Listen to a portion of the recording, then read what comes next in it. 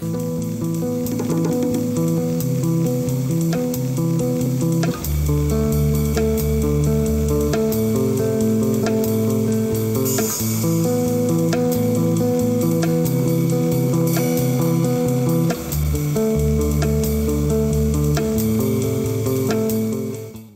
vous souhaitons les bienvenus sur le plateau de Lady vous écoute. La bienvenue, qui dis-je, 01 45 55 76 87. C'est notre numéro de téléphone pour, comme à l'accoutumée, participer à notre émission en direct. Nous parlons aujourd'hui d'une actualité, une actualité qui, quelque part, c'est... on va dire la saison, comme on dit chez les professionnels de la mode, la saison des élections. Un petit clin d'œil à toutes les femmes qui se sont impliquées dans la campagne électorale, quel que soit le parti, au Sénégal. Retour en France où nous parlons sur ce sujet. Aujourd'hui, nous parlons de citoyennes, citoyens. Un appel qui se veut solennel à l'endroit de la personne que vous êtes. Vous n'êtes pas forcément engagé en politique. Grande est la question, pourquoi pas. D'ailleurs, je reçois sur ce plateau deux personnes qui, elles, vont pouvoir nous parler de leur engagement, de la réalité de ce que c'est qu'être engagé en politique, au-delà des clivages de leurs partis respectifs. Ce qui nous préoccupe aujourd'hui, c'est de découvrir les parcours de ces personnes-là et peut-être créer des vocations. Dit-on, sait-on jamais. Juste à ma gauche, Madame Caroline Adomo, bonjour. Bonjour. Merci d'être revenue sur notre plateau il y a 3 ans déjà. Vous passiez par là. À ce moment-là, vous n'étiez qu'attachée parlementaire, mais en plus de l'être aujourd'hui, vous êtes donc désormais candidate du Parti socialiste aux élections législatives pour la 5e circonscription du Val-de-Marne. C'est juste génial, j'avais peur de me tromper. Merci d'être là. Merci à vous. Avec nous sur le plateau, Monsieur Ghislain Bungu-Boko, bonjour. Bonjour. Vous êtes donc, vous, candidat aux législatives, vous nous donnerez des précisions, mais surtout, vous êtes de l'UMP. C'est ça, exact. Merci d'être présent. Je voudrais rappeler que par ailleurs, vous êtes aussi au cœur de Arcade et je voudrais, puisque vous êtes le seul homme sur ce plateau, vous laisser le soin de nous parler d'Arcade. Alors, les Arcades, qu'est-ce que c'est? Alors, avec plaisir. Donc, merci déjà de votre invitation. Arcade, c'est tout simplement l'agence régionale de développement, agence régionale de coopération pour l'aménagement et le développement économique et social. Donc, c'est une association que je préside qui existe depuis 1999 et qui a essentiellement pour but d'œuvrer donc pour des actions de coopération en direction de l'Afrique. Nous reviendrons donc sur cette ici et cette ailleurs, qui est aussi le centre de gravité, le double centre de gravité des personnes venues d'autres pays, quel que soit le continent d'ailleurs, et qui vivent dans un pays d'accueil, à l'instar de la France.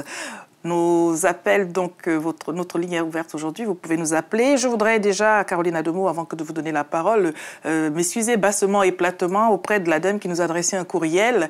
Nous précisons que jeudi de la semaine dernière, nous avons omis, et c'est moi bien sûr qui ai omis, de la remercier grandement de nous avoir signalé une erreur technique.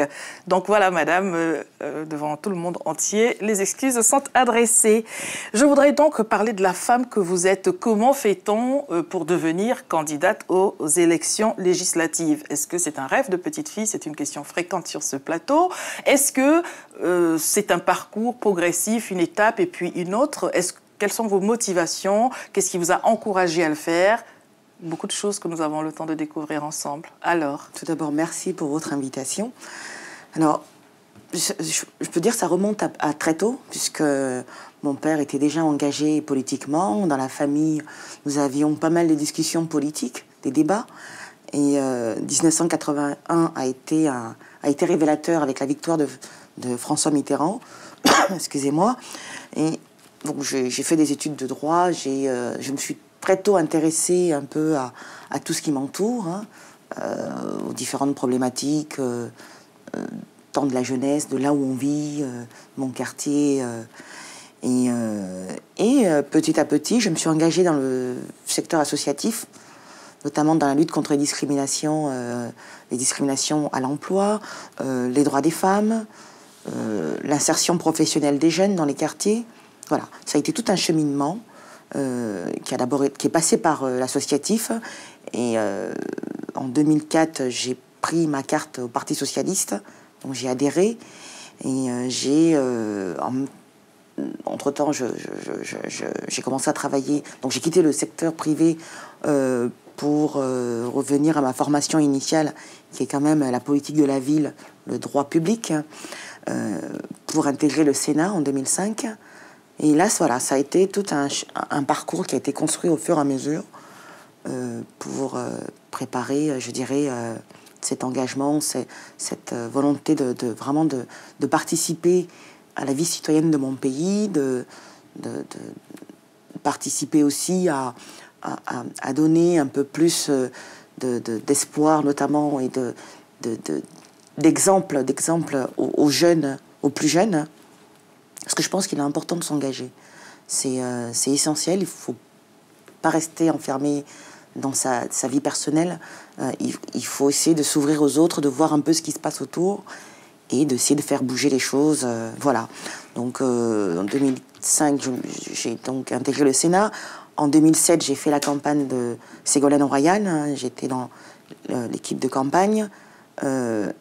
2008, bon, j'ai eu ma petite fille, donc j'ai un peu mis en stand-by la politique. Et je suis revenue, donc, par la suite, après mon accouchement, ma grossesse, je me suis donc un peu plus engagée dans ma commune, à Champigny-sur-Marne. Et j'ai été candidate au cantonal en 2011, en mars 2011, suppléante. Et là, donc, pour les législatives, j'ai décidé d'y aller. Donc, j'ai eu, en interne, j'ai été désignée. J'ai fait l'objet d'un vote au sein des 4 communes, donc des 4 sections des 4 communes qui sont Champigny, Nogent, Brie et Le Perreux-sur-Marne. Je suis arrivée largement en tête. Et ce choix a été ratifié par la suite par le Parti socialiste. Voilà. Des chiffres, alors largement en tête, c'était combien?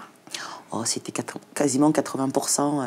C'est important de le dire parce que, en hein. tant que femme, et j'en rajoute une couche en tant que femme venue d'ailleurs, bien évidemment, ça n'est pas souvent ce que l'on attend, qu'on entend. Et je voudrais, puisque nous parlons de parcours, déjà dans un premier temps, Monsieur Bongo Boko, vous nous donnez le soin de nous parler du vôtre. La politique, pour vous, un rêve de petit garçon?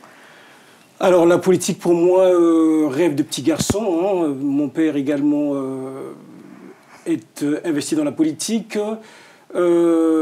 Essentiellement dans mon pays d'origine, donc qui est le Congo-Brazzaville, ouais. La République du Congo.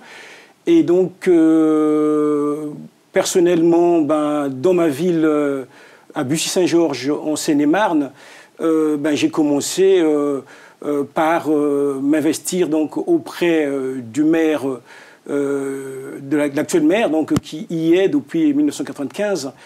Et donc, voilà, j'ai commencé la première campagne avec lui. Et moi, à l'époque, étant président et entraîneur du club de foot local, et donc qui est le Football Club de Bussy-Saint-Georges, et progressivement, j'ai gravi les échelons au niveau local.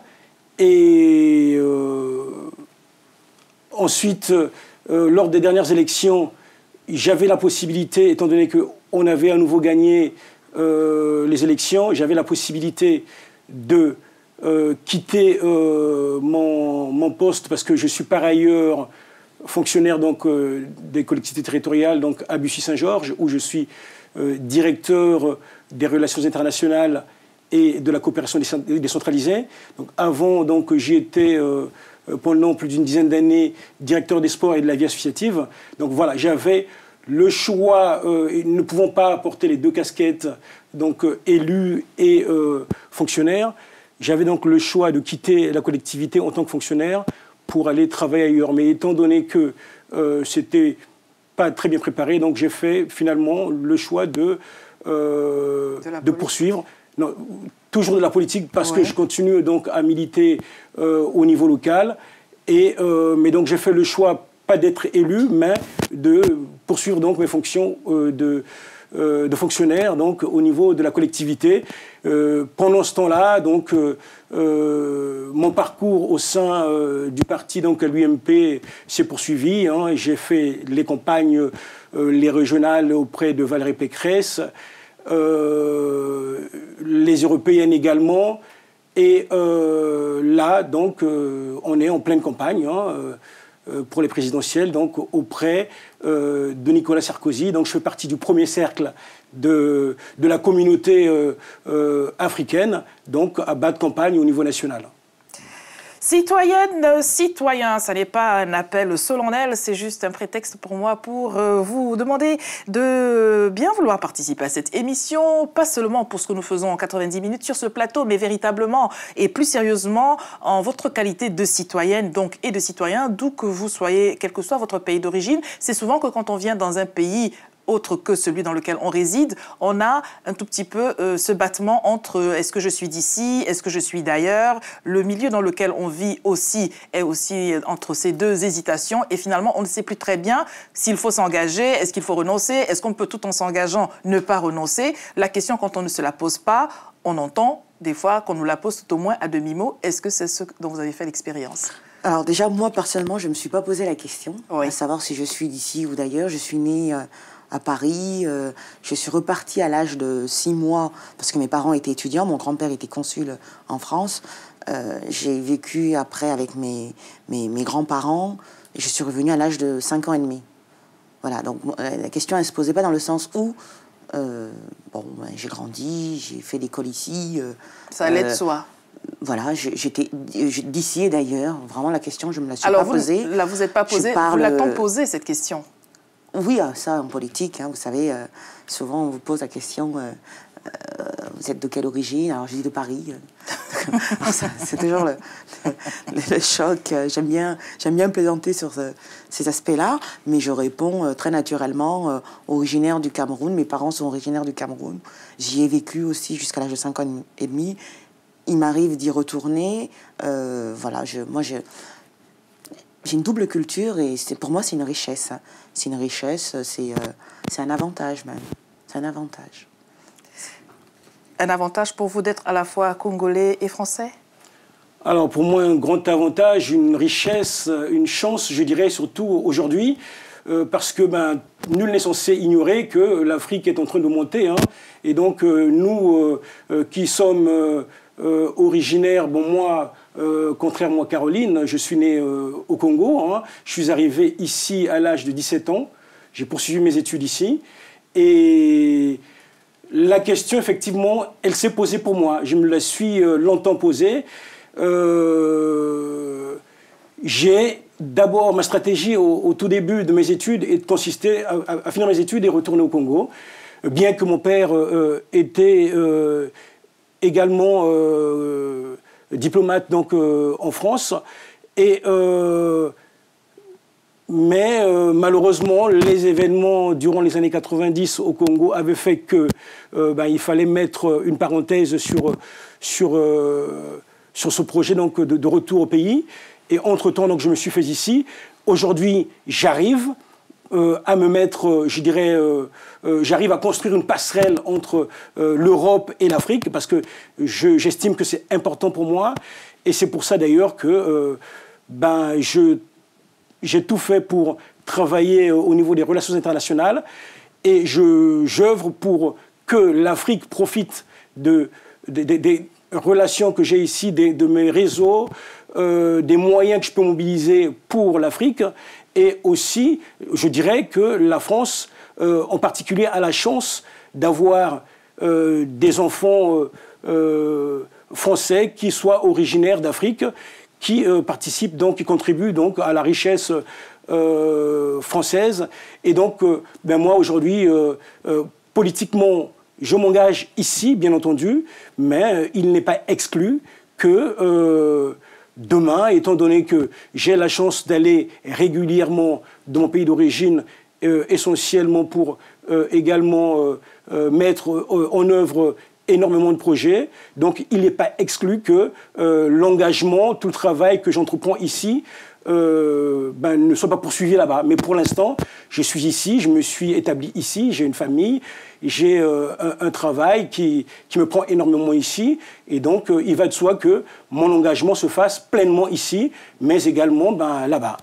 Donc, pas de schizophrénie, si j'ai bien compris. Pour vous, les choses sont claires et l'histoire nous dira comment vous allez évoluer en politique. Je voudrais aussi que nous parlions aussi des obstacles que vous avez au-delà de l'appartenance venue d'ailleurs, bien que vous ne soyez pas posé la question, bien qu'on ait pu vous la poser. Il y a une récurrence qui est que vous êtes une femme, vous êtes un homme. Et à cet exercice-là, notamment en matière de politique, le réel, le quotidien n'est pas nécessairement vécu de la même manière. Et dites-moi si je me trompe.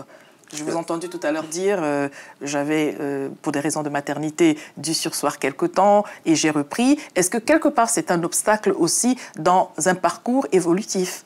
Je pense que ça peut être un obstacle même dans la vie professionnelle. Quand on est une femme, dès qu'on prétend à des responsabilités, voilà, la maternité peut devenir un problème pour les autres, pas pour nous en tant que femmes, mais pour les autres. Moi, j'ai souhaité avoir un enfant, donc voilà, pour moi, c'était la chose la plus importante. Je l'ai faite. Il y avait des échéances, d'ailleurs, en 2008. J'avais des municipales, mais j'ai préféré favoriser et je dirais, préserver ma grossesse et ma maternité. Maintenant, c'est vrai que c'est pas évident pour une femme parce qu'il faut s'organiser quand on est en campagne, quand on est en politique. Il faut anticiper, avec les vacances scolaires, en même temps il y a le travail. Ce n'est pas évident. Je pense que pour les hommes, c'est différent. Je dirais que c'est différent parce que ce n'est pas... alors, sans vouloir blesser qui que ce soit, mais ce n'est pas la même implication au quotidien. Je dis bien au quotidien. Parce que évidemment vous avez votre enfant, il faut pouvoir gérer la sortie des classes, il faut gérer derrière le dîner, en même temps il faut s'occuper aussi du ménage au quotidien. Alors c'est pas évident par rapport à un homme. N'avez-vous pas le sentiment qu'au regard de ce que les femmes font déjà à l'intérieur de chez elles, elles sont presque formées par voie de fait pour rentrer dans des sphères comme celle de la politique? Je pense qu'on a un avantage par rapport aux hommes, contrairement à ce qui, je dirais, à la pensée générale. Oui. On a un avantage parce qu'on est capable d'abord d'anticiper, de sentir les choses anticipées, mais surtout d'être sur plusieurs fronts à la fois. Sur plusieurs fronts à la fois. Et je pense que c'est un avantage qu'on a quand même, un léger avantage qu'on a sur les hommes, malgré le fait d'être femme et d'être discriminée aussi en politique. Hein. Ça, il faut pouvoir le dire. Ouais. On a un avantage parce que on est tellement dans une logique d'anticipation, d'organisation, voilà, il faut tout gérer en même temps et il faut que ce soit fait au bon moment et que tout roule. C'est un avantage. Moi, personnellement, je le constate. Des réactions, monsieur. Avez-vous conscience des inconvénients que vous n'avez pas, vous, en tant qu'homme, ou alors, est-ce que vous êtes d'accord avec madame, est-ce que c'est véritablement un avantage? Si vous deviez surseoir à ce que vous faites en politique, à vos ambitions, parce que vous allez devenir papa, par exemple, imaginons qu'il en soit ainsi, et que pendant un certain temps, alors que le calendrier électoral, lui, il ne vous attend pas, est-ce que vous avez le même regard que madame? Serait-ce un cliché? Oui. Que de voir des dames s'occuper de la popote, s'occuper des enfants et pas les hommes? Par exemple? Par exemple. Détrompez-vous. Parce que moi, je m'investis pleinement pour l'éducation de mes enfants, pour les tâches ménagères. Hein, c'est vrai qu'on a tendance à mettre une étiquette aux hommes en général et aux Africains en particulier. Je pense que j'ai des amis qui s'investissent pleinement et j'en suis un parfait exemple parce que j'ai 3 garçons. Et mon métier, auparavant, m'a permis, et le fait donc de vivre dans la ville dans laquelle je travaille, jusqu'à alors, je m'organise pour pouvoir m'occuper des enfants le matin, au petit déjeuner, suivre les devoirs, m'entretenir avec les enfants, savoir ce qui s'est passé sur la journée. Et ça ne m'empêche pas de prendre le temps de faire de la politique, de m'investir dans la vie associative, de poursuivre mes études. Bref, je pense que c'est une question d'organisation. Et quand on a envie quand on a du plaisir à vivre, à faire des choses, il n'y a pas... je pense que oui, aujourd'hui, ce serait plutôt un cliché parce que, voilà, en tout cas... Vous avez l'air absolument d'accord avec lui, bien sûr. Non, mais c'est pas vrai, c'est pas vrai. Il y a des statistiques qui ont été faites auprès des Français. les femmes continuent à être presque à 70% à s'occuper des tâches ménagères. Donc peut-être que vous faites partie des 30% qui s'investissent, qui sont sur tous les fronts, mais il y a une réalité statistique. Voilà, aujourd'hui, plus de 65% de femmes gèrent le quotidien à la maison, contrairement aux hommes. Donc moi, je ne l'invente pas. Alors, à plus forte raison quand on est en politique, parce que c'est du bénévolat, la politique. Quand on est militant, c'est du bénévolat. Donc ça veut dire qu'on prend en plus sur tout ce qu'on a à faire pour s'investir. Les réunions de section, c'est le soir, c'est après 20h, 20h30. Les comités, notamment de campagne, actuellement, c'est à 20h, voilà. Et c'est en permanence. Le travail au quotidien sur le terrain, c'est évidemment après l'école, c'est à partir de 18h30 jusqu'en début de soirée. Donc, moi, je veux bien vous croire que vous investissez, et je ne mets pas ça en doute, mais dire que c'est un cliché, c'est pas vrai, parce que ce n'est pas vrai dans le sens où il y a des statistiques qui ont été faites et elles ne datent pas d'il y a de très longtemps. Donc, voilà, et indépendamment de ces statistiques, quand on n'y a pas accès, ce que l'on constate, c'est que la politique est un milieu majoritairement masculin. Il y a certainement une explication à cela, mais encore une fois, comme disait madame, vous êtes certainement dans les 30 bons %. Alors justement, en tant que femme engagée, qui plus est, comment faites-vous pour concilier les deux? Parce que c'est peut-être là que la question de la vocation se pose. Quand tenez les dames qui nous regardent là et qui regardent d'autres modèles de femmes engagées en politique, elles se disent, est-ce que j'y vais, est-ce que je n'y vais pas, mais je voudrais bien y aller, comment est-ce que je fais avec mon quotidien? Vous y arrivez, comment êtes-vous accompagné pour y arriver? C'est assez difficile, parce qu'il faut vraiment s'organiser. Alors moi, par exemple, j'ai une petite fille qui aura bientôt 4 ans.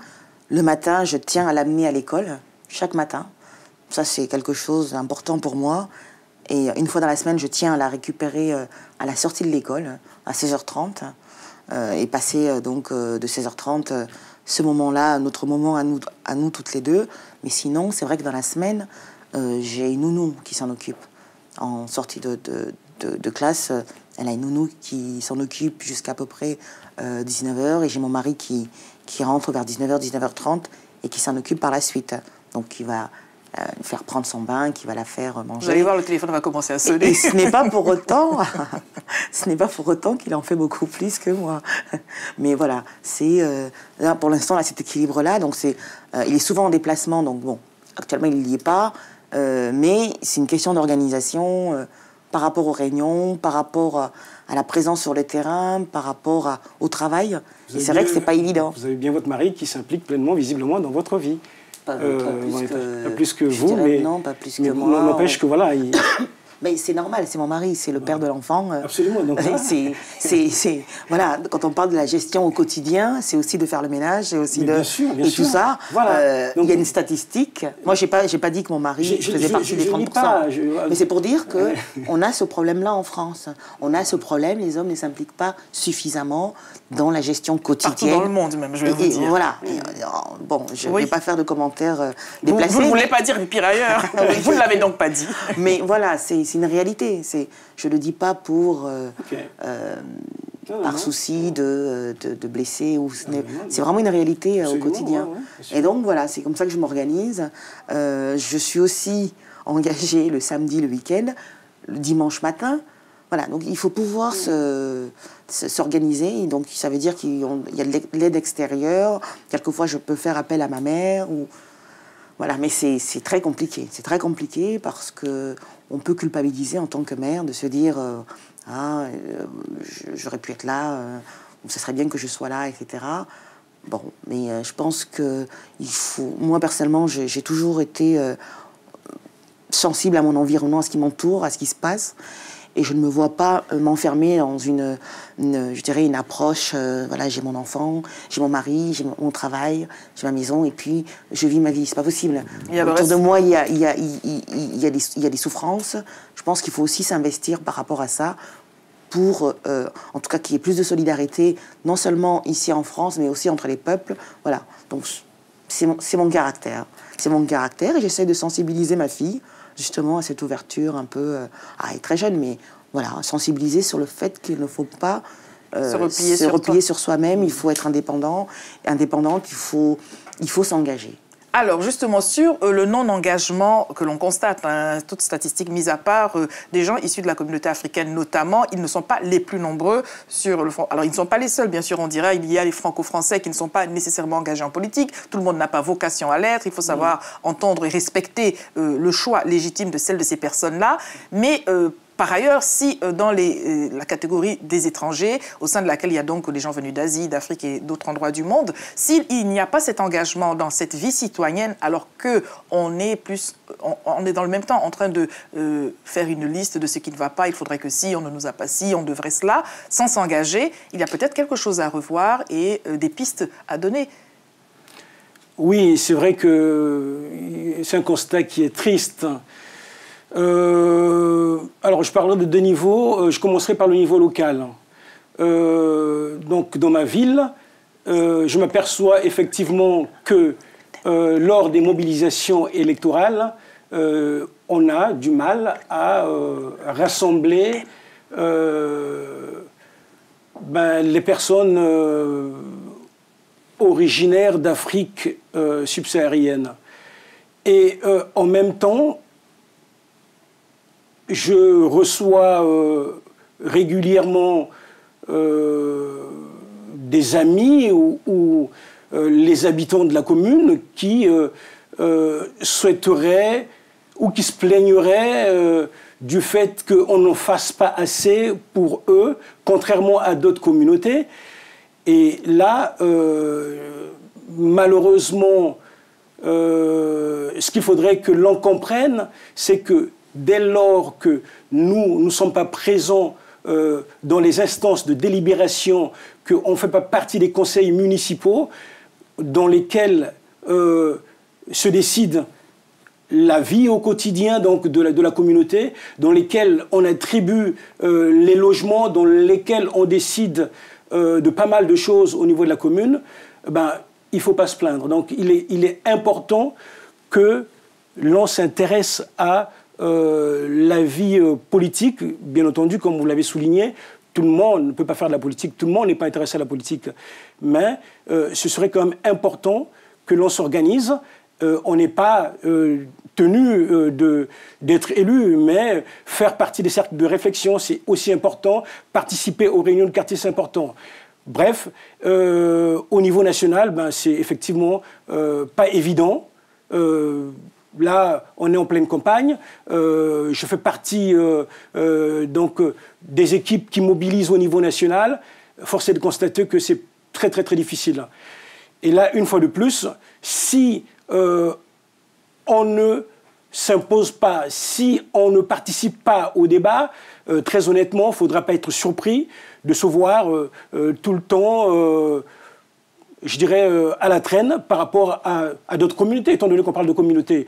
Et donc là, je fais appel à la conscience donc, des citoyens originaires d'Afrique subsaharienne de s'intéresser déjà, c'est important, de s'intéresser, de s'indigner sur des choses que l'on vit au quotidien au niveau de nos villes. Il est inadmissible qu'on se retrouve souvent dans des quartiers, je dirais, de seconde zone. Il est inadmissible que l'on retrouve nos enfants dans des écoles les moins intéressantes, tout simplement parce que on ne vient pas participer et on ne compte pas lors des voix, lors des votes, pour décider de ce que l'on souhaite faire, de ce que l'on souhaite comme changement au niveau de la ville, et donc directement par rapport à notre vie. Donc ça, c'est très très important qu'il y ait une prise de conscience. Bon, une fois de plus, moi, mon message, c'est de se mobiliser, et le travail que l'on fait, c'est pas essentiellement pour rassembler au sein du parti, mais largement par rapport à la politique. Et aujourd'hui, moi et pas mal d'amis qui m'accompagnent œuvrant pour passer ce message qui consiste en fait à mobiliser notamment les jeunes. Alors pour les moins jeunes, c'est vrai que c'est pas du tout évident parce que ils ont une expérience, ils se sont fait leur avis sur pas mal de choses, mais comme le disait Caroline tantôt, qui, elle, avec sa fille, commence à passer le message. Je pense qu'il est important de ne pas rester dans sa communauté, de ne pas se ghettoiser, mais plutôt d'en sortir et vivre, parce qu'on est français, et on fait partie de cette société, donc voilà, il faut être avec les autres. Comment dire, français à part entière, je vais y arriver, et non pas entièrement à part. Alors, au-delà de cette question sur les communautés, car ce n'est pas notre unique propos, d'autant que je l'ai bien retenu, Caroline Ademo, vous ne vous positionnez pas comme tel, mais vous allez quand même reconnaître que d'aucuns veulent voir en vous ce en quoi vous ne vous reconnaissez pas. C'est peut-être réducteur ce regard de ces personnes de la communauté africaine de voir en vous leur candidate, alors que pour vous, vous êtes la candidate de tous les Français. Nous allons revenir à cet aspect-là, si vous êtes d'accord, le temps de prendre notre premier téléspectateur au téléphone. Vous êtes à Paris, monsieur, bonjour. Oui, bonjour, Lydie. Nous vous écoutons. Alors, j'appelle pour intervenir au débat. C'est la première fois. J'appelle comme ça, je suis tombé sur le débat. Allez-y, monsieur, je vous prie. Et je voudrais d'abord dire que j'ai apprécié l'intervention de la dame quand elle a dit au monsieur, quand elle a intervenu sur les tâches ménagères à la maison, et également du fait qu'une dame, quand elle tombe enceinte, elle s'arrête évidemment parce qu'elle est enceinte. Et le monsieur a voulu se justifier. Moi, je ne sais pas s'il lui est arrivé aussi de tomber enceinte pour pouvoir continuer à s'occuper de ses activités ou à arrêter ses activités politiques. Donc, non, il a fait un peu langue de bois. Faut se dire la vérité. Je voudrais quand même poser une question sur le vote des étrangers dans les municipales, les élections municipales, locales. Qu'est-ce qu'il en pense, lui? Déjà, je suis content qu'il représente cette minorité visible. Qu'est-ce qu'il pense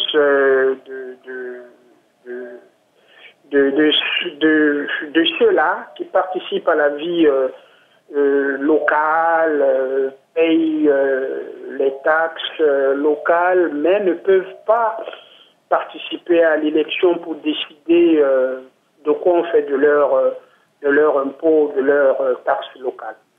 Merci. Donc je voudrais quand même qu'il essaie de nous donner son point de vue, vu son militantisme au sein de l'UMP. Merci beaucoup. Merci, monsieur. Je m'étonne juste de ce que votre question ne soit adressée qu'à monsieur. Mais bon, on va y aller donc comme cela. Et puis, vous avez été interpellé sur la langue de bois. Alors, nous disions, nous, gentiment, que vous étiez dans les 30%. Mais ce n'est pas tout à fait d'accord. Et plus sérieusement, donc, sur cette question du vote des étrangers. Alors, moi, je suis pour le vote des étrangers. Et ce qui est important, justement, à faire passer comme message, c'est que ce n'est pas parce que, aujourd'hui, notre candidat ou notre parti est contre le vote des étrangers que nous, citoyens originaires d'ailleurs, ou faisant partie donc de la minorité visible, restions bras ballants. Il est question pour nous, donc, au sein de cette famille politique, de passer, donc, de défendre nos valeurs, nos convictions. Donc, c'est pour ça qu'il est important d'investir également, pour ceux qui le souhaitent, naturellement, d'investir, de s'engager dans les partis pour infléchir certaines décisions que, moi, personnellement, je ne partage pas. Donc, moi, je suis pour le vote des étrangers au niveau local. Alors, double question pour vous. Tout à l'heure, je vous disais, vous ne vous positionnez pas comme la candidate de la diversité, comme on dit en France. Vous êtes la candidate de tous les Français. Et cependant, je faisais noter que d'aucuns voudraient voir en vous, peut-être pourraient voir en vous, leur candidate pour cette raison d'origine essentiellement. Donc, pour répondre aussi à la question que monsieur ne vous a pas posée, et sur ce point-là ensuite. Alors, sur la question du droit de vote, oui, déjà, oui. Il faut savoir que le groupe politique auquel j'appartiens, donc le Parti socialiste, oui. a fait une proposition de loi avec d'autres partis de gauche au Sénat pour accorder le droit de vote aux étrangers pour les élections locales, c'est-à-dire les élections notamment municipales, puisqu'effectivement, les gens peuvent ne pas vouloir être français, garder leur nationalité d'origine, mais ils participent à la vie du pays, de la France, ils payent les impôts, ils consomment, voilà. Et ça a été rejeté malheureusement lorsque c'est passé à l'Assemblée nationale par la majorité UMP et notamment aussi par le président actuel Nicolas Sarkozy qui s'est positionné contre, qui a d'ailleurs été une girouette sur ce coup parce que il a commencé par dire oui, qu'il pourrait, etc. Mais sous la pression de la droite populaire, la droite, donc l'aile très à droite de son parti, il a fait marche arrière. Bon, je pense qu'il a aussi, il a peut-être eu cette volte-face parce que il s'est dit que ça pouvait être un moment, une occasion de séduire peut-être justement les Français qui sont d'origine étrangère, qui sont sensibles à ce thème-là. Bon, écoutez, pour l'instant, cette proposition de loi qui était une proposition de François Mitterrand, je pense qu'en 2012, si la gauche gagne et lorsque la gauche gagnera, est-ce que c'est si, est-ce que c'est lorsque Moi, je ne suis pas quelqu'un de prétentieux. Oui. C'est vrai qu'on a des sondages qui sont plutôt favorables, oui. Même s'il y a une tentative de manipulation sur le premier tour. Mais, donc je suis plutôt quelqu'un d'optimiste aussi, mais je suis quand même quelqu'un de prudent. Je suis prudente. Donc si. Ça peut. Donc si. Et non pas lorsque. Et je rajoute lorsque, parce que j'y crois. Oui. La gauche arrivera au pouvoir. On fera voter ce texte. On fera voter ce texte. Il y a d'autres pays d'Europe qui le font. Et un pays comme la France, qui est pays des droits de l'homme, qui est reconnu en tant que tel, qui n'octroie pas le droit de vote aux étrangers en situation régulière, qui payent régulièrement leurs impôts, qui participent à la vie locale, parce qu'ils sont aussi engagés au niveau associatif. C'est pour ça que je n'étais pas vraiment d'accord avec vous. Enfin, j'allais atténuer un peu votre discours par rapport à la participation à la vie locale. Il y a beaucoup d'associations qui participent avec des personnes qui sont d'origine étrangère et même étrangères qui ont créé des associations et qui participent à la vie locale. Ce sont aussi des associations d'aide à l'apprentissage du français.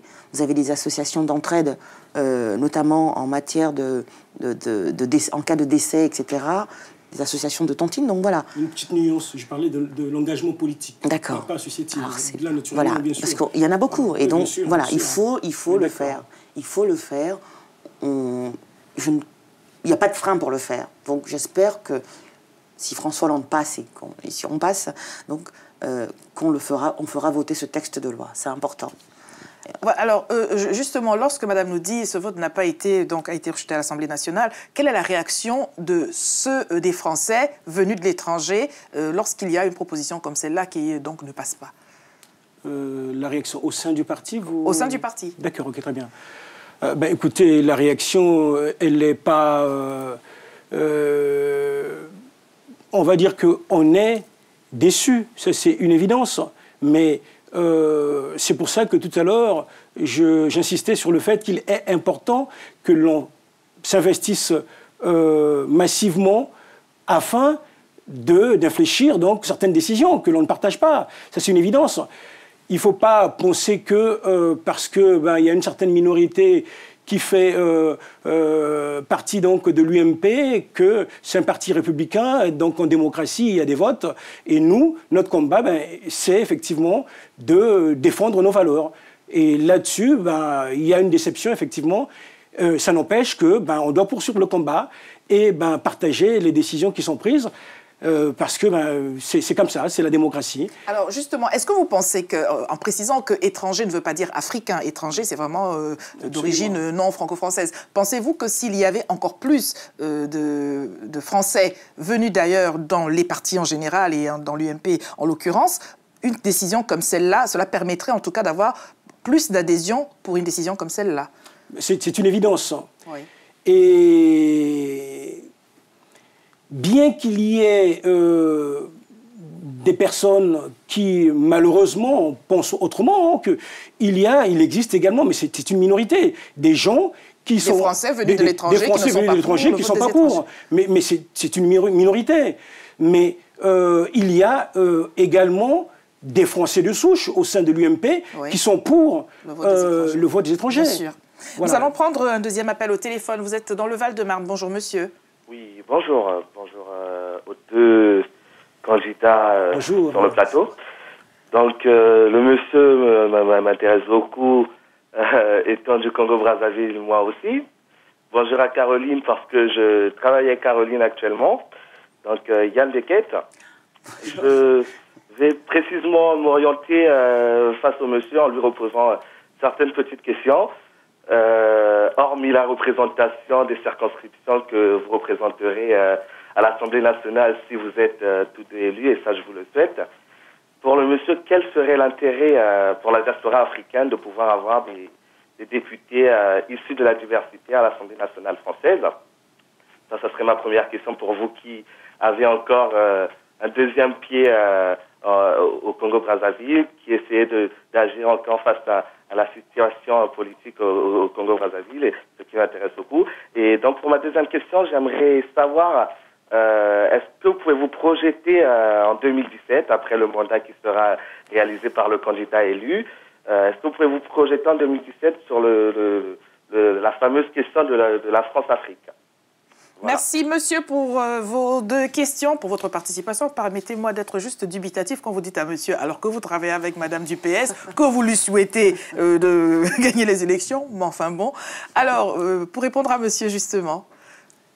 Alors, pour répondre à monsieur, donc tout d'abord à sa première question, je dirais que moi, contrairement donc à Caroline, qui, elle, est née ici, qui est plutôt ancrée essentiellement sur la France, moi, je suis donc sur l'international, c'est pour ça que j'en fais mon métier. Je me bats, je me suis battu pour effectivement m'inscrire dans ce registre. Et donc, il est important pour nous, Africains, français... ou tous les franco quelque chose? Je dirais... Français veut dire d'ailleurs, j'entends. Je dirais africains en général, parce que il y a des Africains qui aspirent à devenir français également. L'intégration se faisant, voilà. Donc, non, mais j'entends bien, la question était, est-ce que c'est par rapport à ceux des Français d'origine africaine ou à tous les Français, quelles que soient leurs origines diverses? À tous les Français, quelles que soient leurs origines diverses. Mais si j'ai bien compris, lui souhaitait avoir une précision par rapport à l'Afrique, effectivement. Donc, je l'ai dit tout à l'heure que la France a tout à gagner en poursuivant donc une bonne politique avec l'Afrique. Bon, elle laisse à désirer encore par rapport, on connaît l'histoire.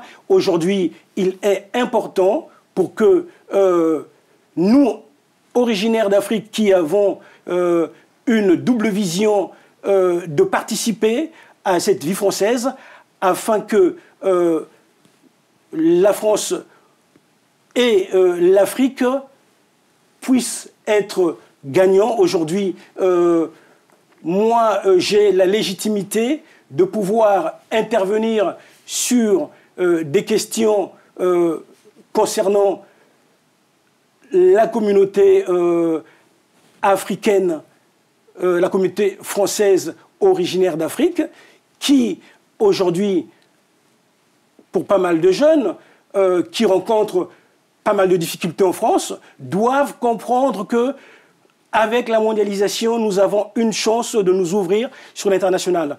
On peut pertinemment travailler en France et grâce donc à l'immense marché qui s'offre à nous, pouvoir nous épanouir pleinement. Et pour cela, il est important que politiquement, qu'il y ait une vision au niveau de la France afin que les choses se déroulent de la meilleure façon possible. Donc, non seulement je me présente comme candidat pour les Français en général, ça c'est important, mais également quand je me tourne vers l'Afrique ou vers les originaires d'Afrique, j'insiste sur le fait que nous avons une chance énorme à saisir, ce qui est déjà le cas pour d'autres étrangers par rapport à l'Afrique, des étrangers venant d'Europe ou de la Chine. Et moi qui vais régulièrement dans nos pays, je dis qu'il est important que nous nous positionnons ici, et je fais la transition donc sur la deuxième question, en parlant de la France-Afrique, si on n'est pas pleinement dans la vie politique française, il ne faudra pas se plaindre d'entendre ou de voir des décisions qui vont peut-être pas nous plaire en direction de l'Afrique. Il y a des interventions, notamment en Côte d'Ivoire, et des interventions en Libye, mais si on ne fait pas partie des instances qui décident, si on n'est pas présent au niveau des assemblées ou de l'Assemblée nationale, je ne vois pas pourquoi, justement... Caroline Adomou, merci monsieur pour cette réponse. Donc sur ce point-là, monsieur parlait de 2017. J'ai compris, encore une fois, c'était ma question depuis tout à l'heure. D'ailleurs, vous êtes la candidate de tous les Français, d'où qu'ils viennent, les franco-français et ceux venus d'ailleurs. Cependant, je pointais l'idée qu'en vous verront les électeurs, en tout cas, quelquefois, et notamment ceux venus d'Afrique, la leur. Alors, comment gérez-vous cela? Est-ce que c'est une question pour vous ou pas? Et peut-être pour aussi apporter un complément de réponse à ce que disait monsieur par rapport à 2017. Alors, sincèrement, je n'ai pas ressenti ça. Ouais. Je ressens plutôt une fierté des gens, donc des personnes qui sont d'origine étrangère, notamment d'Afrique. Hein. C'est plutôt une fierté de dire, ah oui, on est content de vous voir, félicitations, c'est bien, c'est un exemple, etc. Mais je n'ai pas eu de retour... Personnellement, je n'ai pas eu de retour sur le fait que j'étais la candidate d'une communauté. Mais je n'ai pas du tout eu ce retour. Je suis un peu surprise de la question, mais cette question-là, je pouvais la comprendre il y a quelques années, parce que c'est vrai que c'était assez ambigu. Aujourd'hui, il n'y a pas cette position-là. Ce n'est pas ressenti comme ça par les gens, par les personnes, donc les Françaises d'origine africaine. Il n'y a pas du tout ce ressenti. Déjà, il n'y a pas un vote communautaire. Il n'y a pas un vote africain. Il n'y a pas un vote congolais, camerounais. Non. Contrairement à ce qu'on peut penser. Et donc, la question ne s'est pas posée. Ça a plutôt été la fierté de voir que, oui, j'ai été désignée... Que se cache-t-il sous la fierté? On ne sait jamais. Non, je pense le fait de voir qu'il y a des candidats qui soient issus de toutes les diversités. Voilà. Le fait d'être femme, mère de famille, le fait d'être peut-être noire. Voilà. Je pense qu'il y a le fait de venir du quartier aussi. Autant de questions, quand ça n'est pas le pays d'origine, c'est le fait d'être femme comme d'autres femmes, quelles que soient les origines, c'est le fait effectivement, comme vous le dites. C'est d'appartenir à un territoire. Moi, j'ai grandi à Champigny-sur-Marne.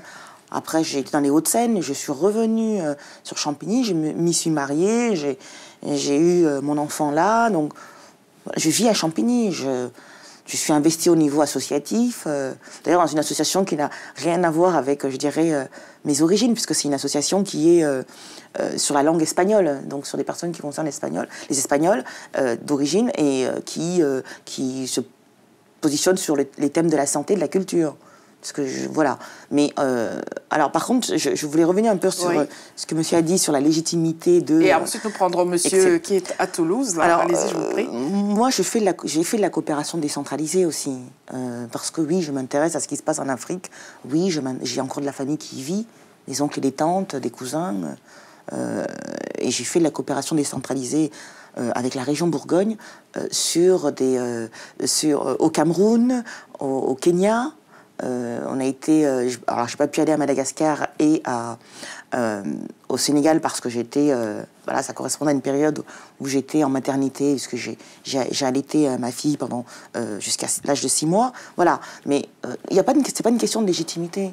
Même si je suis née ici, j'ai une partie de ma famille qui est là-bas. Je m'y intéresse, comme je m'intéresse aussi à ce qui se passe dans les pays en voie de développement, pas forcément mon pays d'origine. Voilà, je pense qu'il n'y a pas c'est pas une question de légitimité. La problématique ne se pose pas dans ce sens-là. Et surtout de rappeler une chose, c'est que lorsqu'on prétend à une fonction au mandat de député, hein, quand on veut être député, on ne représente pas un territoire. C'est-à-dire, je ne représente pas la 5e circonscription du Val-de-Marne. On est député pour toute la République.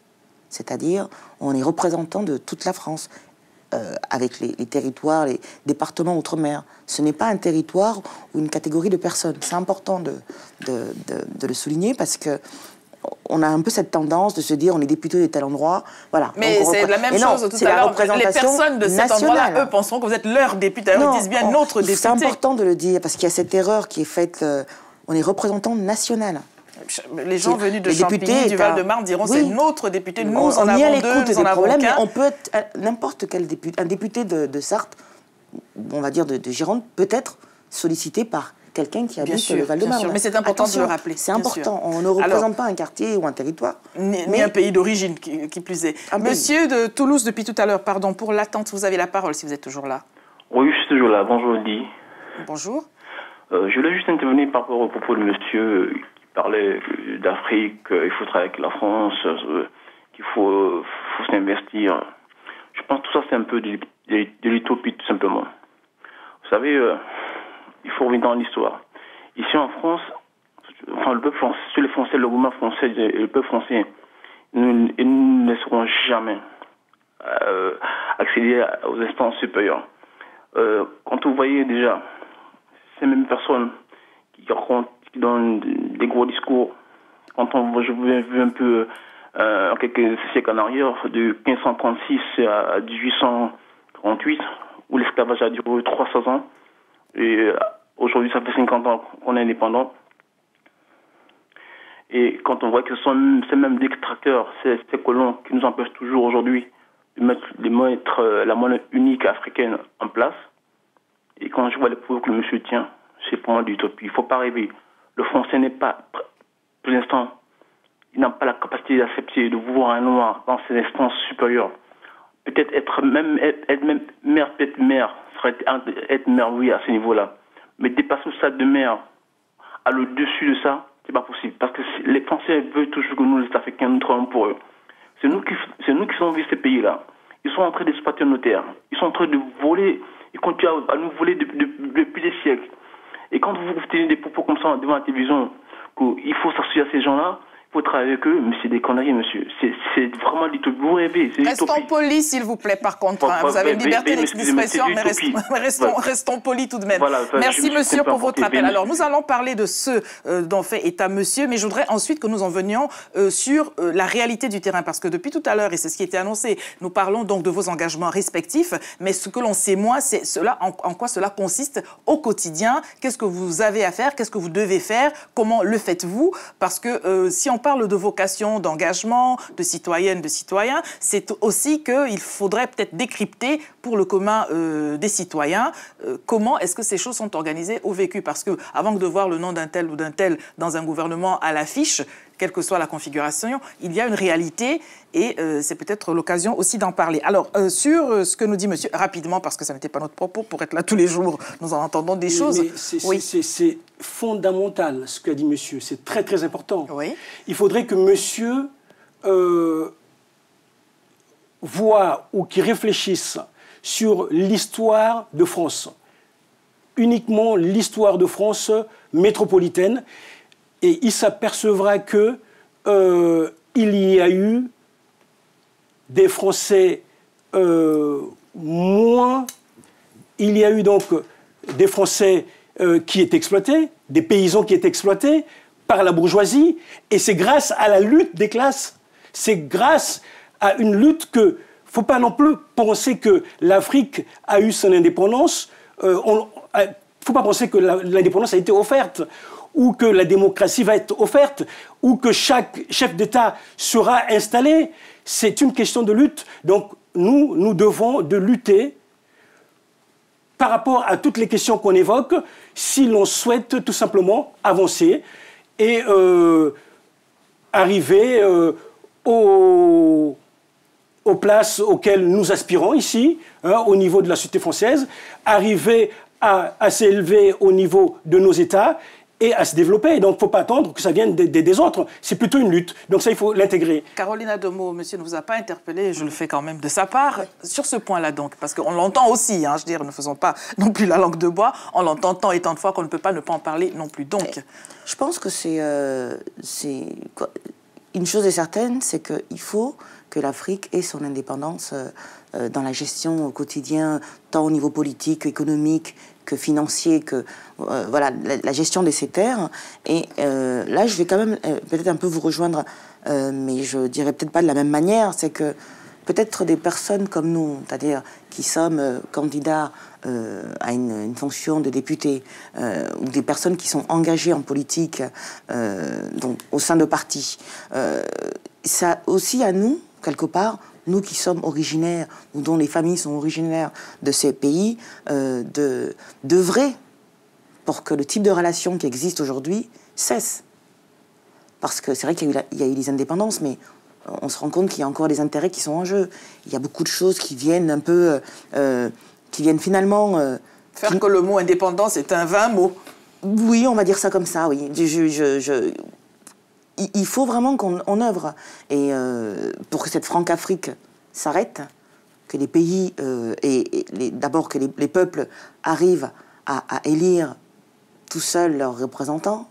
Ça doit venir des peuples, justement. C'est il y a le combat, mais je pense qu'il est aussi de notre responsabilité de sensibiliser des élus en France, notamment donc les institutions, sur cette question-là. Absolument. C'est important. Et moi, oui, personnellement, je me sens concernée. Je me sens concernée. Il faut pouvoir agir à la place qu'on occupe. Il faut pouvoir agir dans ce sens-là. Car quand on est à un poste de décision, c'est aussi pour pouvoir faire pencher la balance du bon côté, tout au moins du côté qu'on l'estime le bon. Madame, à Toulouse, bonjour. Allô? Allô? Bonjour, madame, nous vous écoutons. Oui, bonjour Lady. Bonjour. Je ne suis pas de Toulouse, je suis d'Orléans. D'Orléans, bon, alors on s'est perdu en chemin. Nous vous écoutons, madame. Oui. Lady, j'assiste encore une fois à votre débat. Aujourd'hui, il est très, très intéressant. Merci. Le jeune homme qui vient de passer me déconcerte parce que je suis une dame de 62 ans. J'ai travaillé ici, dans le secteur hospitalier, etc. Je suis à la retraite maintenant et j'ai toujours fait partie des associations.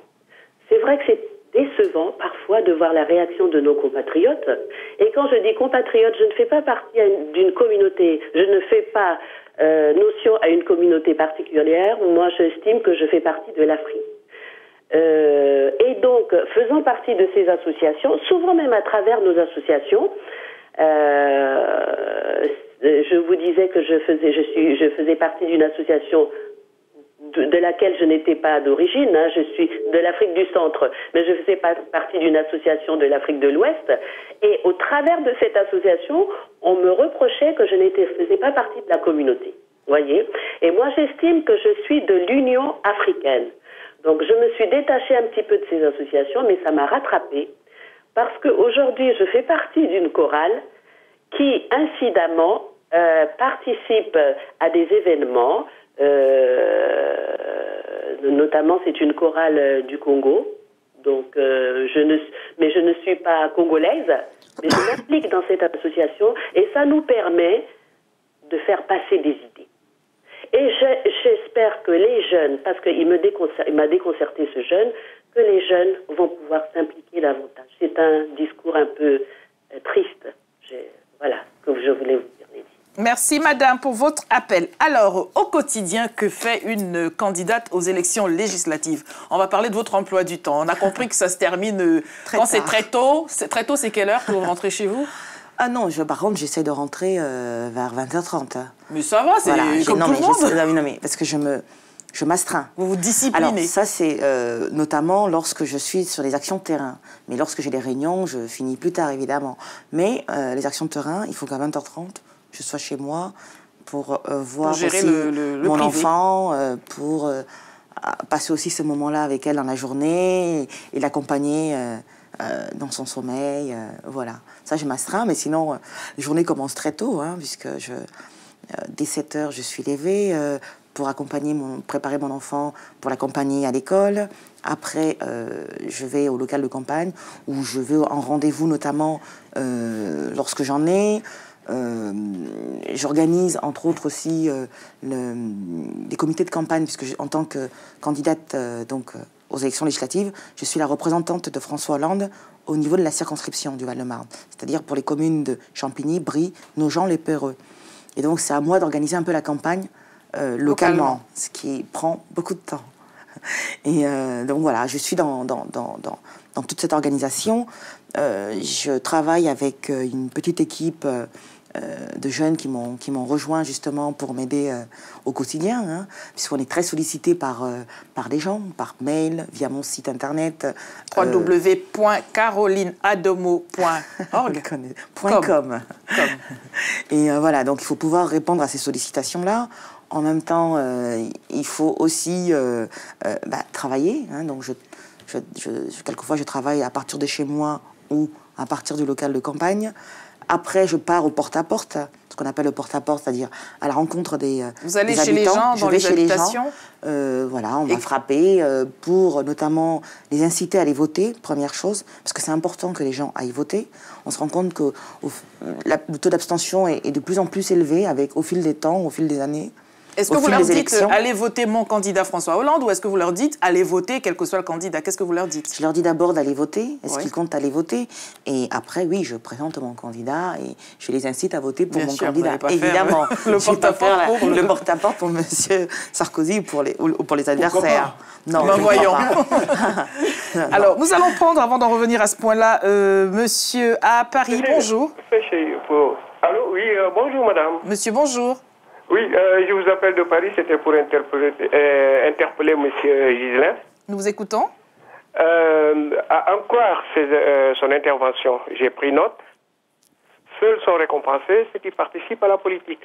Parce qu'il a dit, ne vous étonnez pas, si on ne vous prend pas en compte vos doléances, je ne sais pas, vos réclamations, parce que vous restez tout le temps dans votre coin et vous ne participez pas. Et moi, je pense que la vie politique, elle est faite pour tout le monde. Ce n'est pas parce qu'on a participé qu'on doit être récompensé pour telle ou telle chose, mais c'est pour prendre en compte tout le monde, comme le dit la dame qui est là, qui défend bien sa part. Alors, nous sommes des immigrés. Il y a des immigrés qui sont instruits, il y a des immigrés qui ne sont pas instruits, qui parlent déjà très mal le français. Comment voulez-vous que ces immigrés participent à la vie? D'autant plus qu'ils ne savent pas s'exprimer. Alors, c'est à nous qui avons un niveau de défendre ces gens, comme vous êtes là, les deux qui sont plats. Alors, si vous vous dites qu'il faut participer, et ces gens ne savent pas s'exprimer, en français, je veux dire, ils ne savent pas s'exprimer en français, c'est la risée. Quand ils sont là-bas, ils essaient d'exprimer leur opinion. Donc, c'est la risée. Donc, moi, ce que je voulais dire à M. Ghislain, c'est que lui, c'est un représentant, il représente déjà, je ne sais pas, la communauté noire, et comme le dit la dame, quand on est élu, ce n'est pas pour représenter une certaine caste, ou bien une certaine ethnie, ou bien c'est national. Donc c'est à vous de mener ce combat au niveau des instances publiques, et aussi essayer de rallier ces gens-là, quitte à aller de porte à porte, essayer d'expliquer à ces gens qui peut-être, au fond d'eux-mêmes, ils veulent participer à la vie politique, mais il y a une barrière linguistique qui ne peut pas franchir.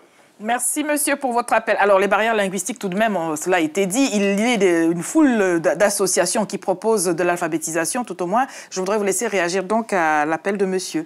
Pour moi, il n'y a pas de barrière linguistique. C'est une question d'organisation.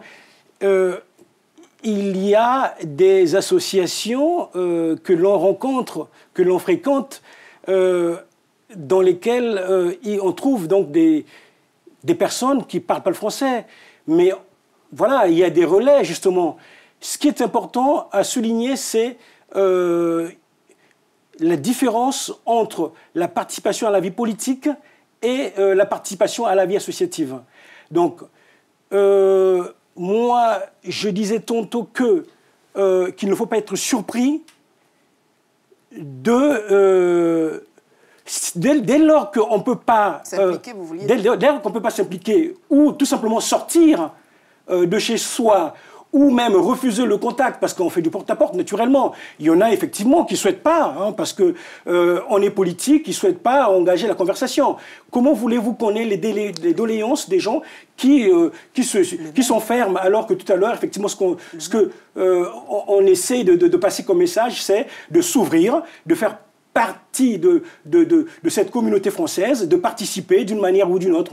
On n'a pas besoin tous d'être représentants, on n'a pas besoin de tous faire la politique, mais il y a des façons de faire comprendre qu'on est intéressé par ce qui se passe dans notre ville ou dans nos villes. Ça, c'est important de passer ce message. À travers notamment donc, les associations de parents d'élèves, les associations de quartier, je veux dire, la politique est partout, même absolument. si elle et dans toutes les langues, et dans toutes les langues. Il faut cette implication. Toutes les pratiques. Madame. Je voudrais rajouter quelque chose, c'est que je comprends la question de monsieur parce que moi, en faisant du porte-à-porte, j'ai rencontré des femmes, notamment, qui étaient femmes au foyer, donc d'origine étrangère, qui ne parlaient pas très bien français. Et je pense qu'il y a cette timidité, voilà, d'avoir quelqu'un en face, d'avoir peut-être un peu cette honte de ne pas pouvoir bien s'exprimer et qui peut effectivement pousser les gens à fuir. Mais je pense que si on a envie d'aller loin dans la démarche, il faut pouvoir rencontrer quand même ces personnes-là, leur faire comprendre, soit chez elles, soit au sein de l'association. Et c'est important de rencontrer justement les associations, les membres, quand on fait une campagne aussi, d'aller les rencontrer, mais de faire passer des messages. C'est pas de s'investir en politique. Tout le monde ne va pas s'investir en politique. Tout le monde ne va pas s'investir dans le secteur associatif. Voilà, parce que chacun a sa manière de voir les choses. Mais tout le monde peut et doit s'impliquer, à votre avis, dans la vie de son quartier. Ceux qui peuvent voter doivent aller voter. C'est ce qui est important. Ceux qui peuvent voter doivent aller voter. Et ceux qui ne peuvent pas voter, je vais juste terminer. C'est aussi une manière de s'impliquer. Bien sûr. C'est une manière de peser dans le débat. C'est une manière de peser politiquement. Parce que quand on sait que vous pouvez aller voter, je peux vous dire que oui, ça change un peu la donne. Si on sait que vous avez l'habitude d'aller voter, ben oui, ça va changer la donne. Mais c'est pas de faire de la politique. Mais même si on ne parle pas bien français, même si on a honte, on est timide, on est toujours étranger quelque part de toute façon. Il faut aller voter. Quand on a le droit de vote, il faut le faire parce que c'est un droit, mais c'est aussi un devoir. Et c'est un acte citoyen. Et le vote, c'est quelque chose de redoutable pour les politiques. Donc il faut pouvoir s'en servir pour manifester et pour montrer quelle est sa position par rapport à ce qui se passe. Caroline dit qu'il faut peser et c'est important de peser. Donc il y a des moments, on ne vous demande pas à tous d'être présents tout le temps, mais il y a des moments où il faut être présent, montrer qu'on est intéressé. Sinon, il ne faut pas se leurrer que, voilà, il y a un gâteau à se partager, d'accord, il y a un représentant, mais si le représentant, il se retrouve tout le temps seul, comment voulez-vous qu'il pèse? Ben, il faut que de temps en temps, qu'on se lève, qu'on se réveille, qu'on dise, s'il y a une pétition à signer, il faut la signer. Il ne faut pas dire, Ghislain Bongoboko ne va pas se lever un bon matin et dire que voilà, moi je représente ma ville et je suis tout seul. Là, je parle de la communauté tout entière, pas uniquement la communauté africaine. Donc, ça va de soi également avec la communauté africaine ou la communauté asiatique avec laquelle, ben, moi, notamment, je travaille énormément parce que je suis dans une ville dans laquelle il y a énormément de communautés. Donc, voilà, on est là, je suis africain, ça se voit, c'est visible, et je l'assume. Il est important pour moi de tenir fort par rapport à cette identité et de dire aux miens, quand je parle des miens, ceux qui sont originaires d'Afrique comme moi, de dire que, attendez, on est ensemble dans le bateau et qu'il y a des doléances communes que l'on doit défendre, il y a des valeurs à soumettre pour pouvoir avancer, pour pouvoir s'inscrire dans une vie normale afin de vivre pleinement, voilà, afin de s'épanouir dans la société. Donc ça, c'est important de peser. Un appel de Toulouse à nouveau. Bonjour. Oui, bonjour, c'est moi qui appelle. Alors, je voulais, dans un premier temps, m'excuser par rapport aux propos que j'ai tenus, par rapport à, disons, mon frère qui est sur le plateau. Je pense que je suis emporté. Mais ne vous emportez pas, vous êtes un fidèle téléspectateur. Alors, rapidement, s'il vous plaît. Je vous demande de faire toutes mes excuses. Ce que je voulais juste répondre par rapport à Adam qui a intervenu, qui était attristé par mes propos. Je dirais que c'est vrai. Moi, je suis par contre triste par ces propos, dans le sens que moi, j'ai un oncle qui travaille, qui est membre de l'Union africaine. Donc, ce dont je parle aujourd'hui, j'ai des preuves qui sont décrites, des preuves palpables. Ce que les Blancs nous font. Alors, la question que j'ai pour vous, monsieur, tout de même, hein, parce que vous le dites si bien, vous êtes fréquent sur cette antenne avec les mêmes propos. Ouais. Une fois qu'on a fait le constat de ce que vous avez fait, que faut-il faire? Parce que c'est la véritable question, il faut se projeter vers l'avenir. Y a-t-il lieu de ne rien faire? On regarde ce que vous dites, ou il faut faire quelque chose quand même? Il faut qu'on aille plus se battre en Afrique.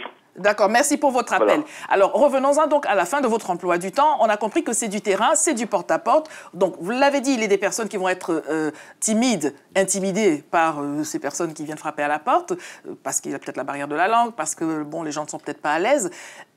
Est-ce que c'est facile tous les jours que d'être sur le terrain? Et je vous poserai la question à vous aussi. Il est des jours, il fait super froid. On a juste envie de rester dans son canapé avec sa fille chérie à côté de soi et son mari. Mais il pleut, mais il fait froid, mais il y a un calendrier, une date qui s'approche. Est-ce que c'est une partie de plaisir tout le temps? Est-ce qu'il est des fois où vous vous dites qu'est-ce que je fais là-dedans? Non, sincèrement, je ne me pose pas la question. Je ne me pose pas la question à savoir qu'est-ce que je fais là-dedans parce que j'ai envie que les idées de gauche, les idées socialistes progressent. J'ai envie qu'il y ait plus de solidarité. J'ai une vision de la société. J'ai une vision de l'approche qu'on peut avoir au niveau économique. Non, ça me motive à me lever. Alors, oui, il y a des moments, c'est difficile. Je vois, en janvier, il faisait très froid. J'avais un chapeau qui me couvrait, mais comme entièrement. C'était assez difficile, mais voilà. Mais on trouve la force de se lever parce que on estime qu'il faut faire passer le message. Il faut que les gens se mobilisent. Il faut que les gens s'intéressent à cette campagne. Parce que, est-ce qu'on continue avec ce qu'on a vécu ou alors on change? Voilà, il faut que les gens se posent des bonnes questions et après qu'ils puissent faire leur choix librement, en connaissance de cause, en confrontant les idées, en confrontant les personnes, en confrontant les situations. Voilà, et ça me motive, oui, parce que j'ai pas envie de continuer dans la même lancée qu'aujourd'hui. J'ai envie qu'il y ait du changement. Voilà, tout simplement, ça motive. Avant que d'en venir à votre terrain, à vous, parce que cela nous intéresse bien évidemment, nous allons prendre Monsieur à Rouen. Bonjour. Bonjour, Lady. C'est Monsieur Proma qui vous appelle de Rouen. Nous vous écoutons. Voilà, en fait, moi, c'est une intervention transversale que je vais faire. Hein, c'est-à-dire, on a en face donc un candidat de gauche et un candidat de droite. Je ne fais pas de distinction. Hein. Moi, je pars du fait que, même si Madame Adamo ne veut pas tellement se reconnaître du fait de l'Afrique, je comprends, enfin, elle brigue les législatives, ça peut se comprendre. Hein. Mais moi, en fait, j'aimerais vraiment les encourager tous les deux parce que c'est un chemin jonché d'embûches, mais je sais qu'ils ont la détermination et les capacités pour arriver jusqu'au bout. Moi, je suis donc d'origine africaine aussi, et je rêve qu'un jour qu'on ait en fait une espèce de force comme le Black Caucus aux États-Unis, où effectivement, les politiques de France pourraient peser sur nos politiques à nous également, parce que je reste optimiste et je pense que, il faudrait qu'à un moment la diaspora aussi africaine puisse peser sur la vie, la vie des pays africains, parce que malheureusement, c'est comme ça que ça doit se passer. On le voit ailleurs, et c'est un peu de voir Israël qui, grâce à sa diaspora intégrée dans les pays où ils sont, a réussi aussi à bénéficier des retombées que ces fils qui sont un peu éparpillés dans le monde arrivent à apporter au pays. Donc, une fois de plus, mes encouragements à ces deux candidats et vraiment bonne chance et bon vent. Merci à vous, Monsieur Promwanda. Merci pour votre appel. Alors, vous parlez de la diaspora d'Israël, laquelle ne fait pas que de se plaindre, mais elle est engagée sur le terrain économique, même si elle n'est pas forcément toujours en politique. En tout cas, ce sont aussi des personnes qui sont en train de faire des choses. Et c'est peut-être par là que ça pêche quand on est assis dans son fauteuil à ne rien faire, ne pas s'engager en politique, ne pas être dans le tissu économique, ne pas ci, ne pas ça, au regard de ce qu'on est venu d'ailleurs. Peut-être qu'on ne devrait effectivement pas s'étonner de ne pas voir les choses changer, quand bien même on serait franco-français d'ailleurs, c'est vrai pour cela aussi. Alors, le terrain pour vous, comment se décline-t-il, monsieur? Le terrain pour moi est c'est une véritable partie de plaisir parce que il y a tellement de choses à faire, le chantier est tellement énorme que tous les matins, je me lève en me disant il faut y aller, il faut y aller. Quels sont les aspects les moins agréables? Parce que la réalité n'est pas loin. Non, justement, c'est pas parce qu'on est motivé qu'on y va que la réalité est tout le temps agréable. La réalité la moins agréable, je dirais, c'est malheureusement les difficultés qu'on peut rencontrer. Je viendrai une fois de plus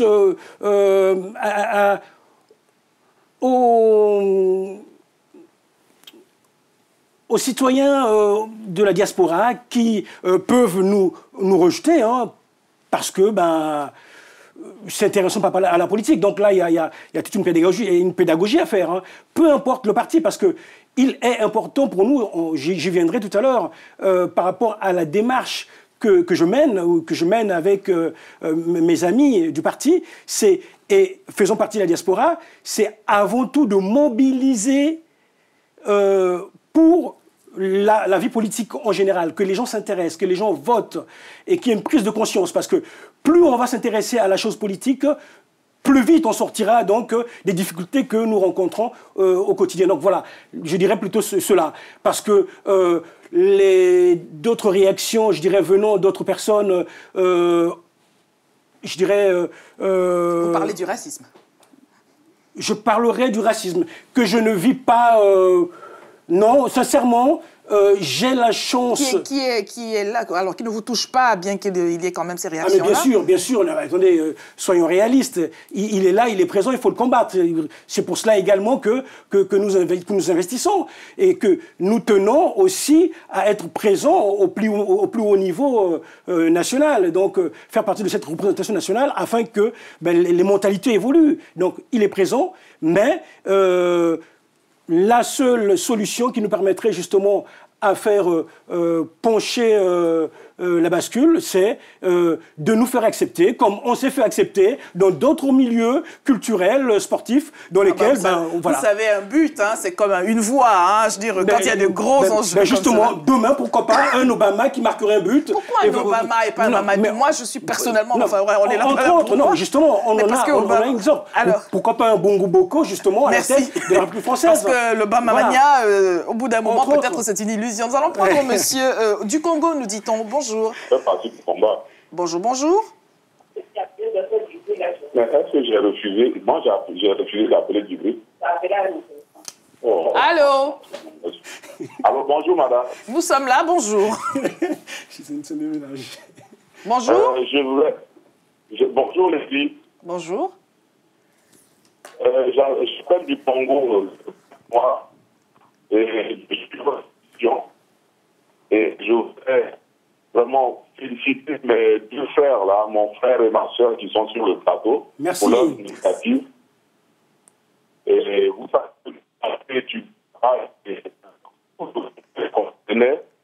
on a resté les bras croisés pour regarder les Occidentaux faire ce qu'ils voulaient de notre continent. Aujourd'hui, nous félicitons complètement partie de ce complexe pour pouvoir monter au créneau. Et je me donne ma main au fait que si on avait un bon nombre d'Africains qui étaient politique européen, on n'aurait pas laissé bombarder la Côte d'Ivoire et au sud de tout le monde. Et il est temps de... Alors, merci, monsieur, pardonnez-moi, la communication n'est pas des meilleures. Je vous entends, les téléspectateurs, certainement aussi avec interférence. Merci en tout cas d'avoir appelé. Je pense que vous avez compris l'essentiel du message de monsieur. Mais je suis désolée. Faites un essai à nouveau, s'il vous plaît. Nous sommes encore là pour un peu moins de, on va dire, 6 minutes, 6-7 minutes. Alors, déjà? Eh oui, déjà, le temps passe vite quand on veut refaire le monde, surtout sur ce plateau. J'ai dû vous interrompre sur votre terrain aussi. En quoi consiste-t-il? Vous nous l'avez dit, il y a ces contacts qui ne sont pas toujours ceux que l'on espérait, notamment ceux de la communauté africaine, mais aussi les franco-français ne vous embrassent pas forcément sur la bouche pour d'autres raisons. Et quand on est en politique, je suppose qu'il faut savoir accepter qu'on ne nous aime pas. Absolument, absolument. C'est comme d'être assise à cet endroit-ci, n'est-ce pas? Mais au-delà de cela, il y a quand même... est-ce que c'est du porte-à-porte aussi? Est-ce que vous allez dans les marchés? Est-ce qu'on ne vous dit pas, mais vous venez sur le marché parce qu'il y a les élections et les autres jours, on ne vous voit pas sur les marchés et mon fils est en bas de l'immeuble, on vous a appelé, vous n'êtes pas venu. Est-ce que vous avez ce retour de vos concitoyens, toute origine confondue? Alors, la chance que j'ai, c'est d'avoir énormément travaillé mon terrain depuis de longues années parce que je me suis investi dans la vie associative. Et donc, il y a énormément de gens qui me connaissent. Je me suis investi au niveau de la vie locale. Je travaille donc au niveau de la ville. Et donc, il y a ce capital, je dirais, sympathie déjà qui fait que les choses sont assez faciles pour moi. Et donc, c'est une dynamique qui me met dans de bonnes conditions. Alors, je fais donc du porte-à-porte, je fais les marchés, des réunions à domicile également, et des réunions par ailleurs, des cercles de réflexion, pas mal d'activités, pas mal d'actions. Et aujourd'hui, étant donné qu'il ne nous reste pas beaucoup de temps, beaucoup de travail pour donc mon candidat, notre candidat Nicolas Sarkozy. J'allais vous poser la question. Vous êtes connu, reconnu, donc vos concitoyens à l'échelle locale vous voient, vous reconnaissent, ils savent ce que vous faites. Mais ne vous disent-ils pas, pour en revenir donc à ce que vous alliez aborder, vous êtes bien gentil, monsieur Bongo-Boko, mais votre candidat peut-être ne rencontre pas nécessairement leur assentiment. Comment gérez-vous cela ? Ben, écoutez, moi je vous ai dit tout à l'heure que le plus important pour moi, c'était de mobiliser largement pour que les gens votent. C'est important. Donc, il y a déjà ce qui est apprécié. Et au-delà du vote, c'est d'arriver, moi, à convaincre ceux qui ne sont pas encore convaincus. Et bon, quand on est face à quelqu'un qui, malheureusement, ne veut pas voter pour Nicolas Sarkozy, on poursuit. Et là, le but, avec le temps qui nous reste, c'est de faire le maximum de travail afin de rencontrer le maximum de personnes qui vont voter pour Nicolas Sarkozy. Donc voilà, ce n'est pas toujours facile, mais il y a des moments de joie, des moments d'euphorie, et ce qui compte, c'est surtout voilà, arriver à mobiliser le maximum de personnes, autant pour Nicolas Sarkozy que pour moi-même, Ghislain Bongo-Boko. Bien sûr. Nous allons prendre notre dernier appel à Évry. Monsieur, bonjour. Oui, bonjour. Allez-y, je vous prie. Oui, je suis Monsieur Mampouya, j'appelle d'Evry. Nous vous écoutons. Je voulais éventuellement encourager Messieurs Ghislain et Madame Caroline. Oui.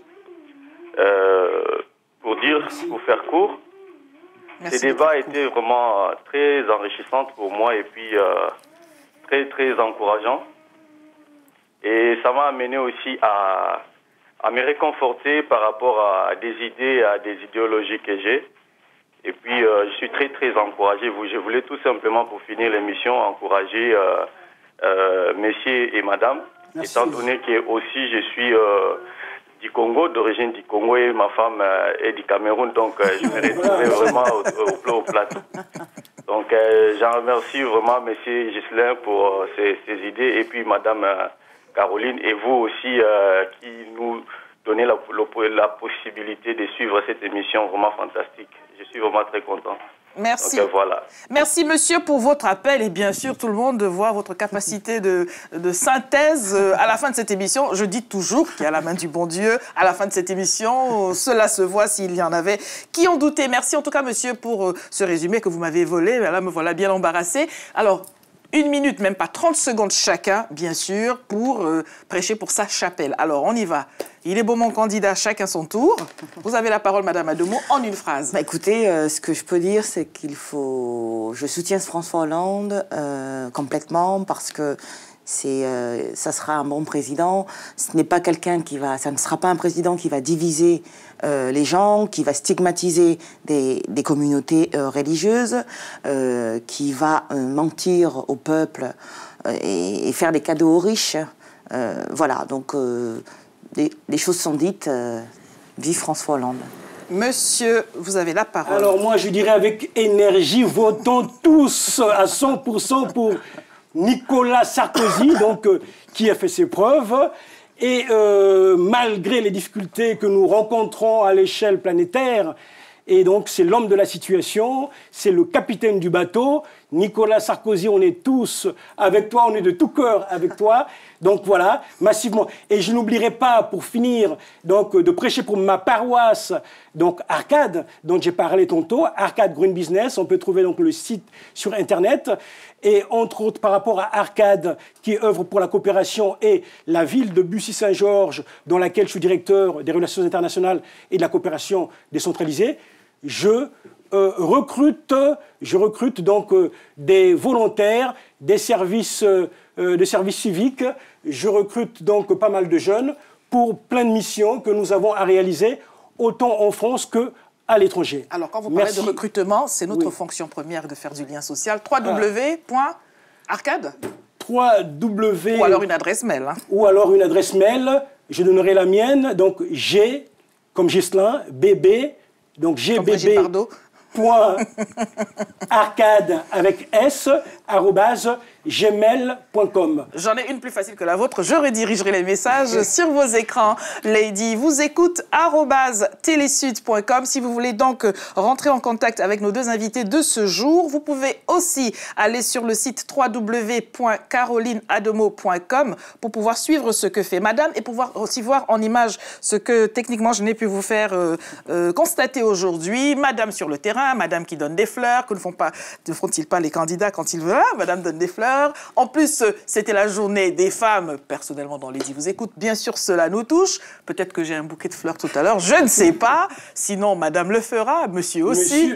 Voyons, ils ne sont pas bien nos intervenants. Merci en tout cas à tous les deux d'avoir accepté de participer à cette émission. Je voudrais moi aussi me joindre à ceux de nos téléspectateurs qui vous souhaitent beaucoup de réussite dans ce que vous faites. On sait que ça n'est pas facile tous les jours. On sait que ça n'est pas facile pour ceux venus d'ailleurs, notamment quand cela se voit, parce que la couleur de peau, on ne peut pas la laisser au vestiaire quand bien même on voudrait le faire. On sait très bien qu'on a beau, comme Madame, se sentir d'ici plus que d'ailleurs, ou d'ici et d'ailleurs, et vous d'ici et de là-bas. Quelles que soient les configurations, on sait très bien que celui qui est en face de vous, quand il regarde son bulletin de vote, qu'il regarde qui apporte le bulletin, qu'il regarde qu'est-ce qu'il y a dans l'urne, il peut réfléchir. Absolument, voilà, on le sait très bien, ça n'est pas que la peine que nous fassions semblant, et cela vous donne autant de mérite sur le terrain.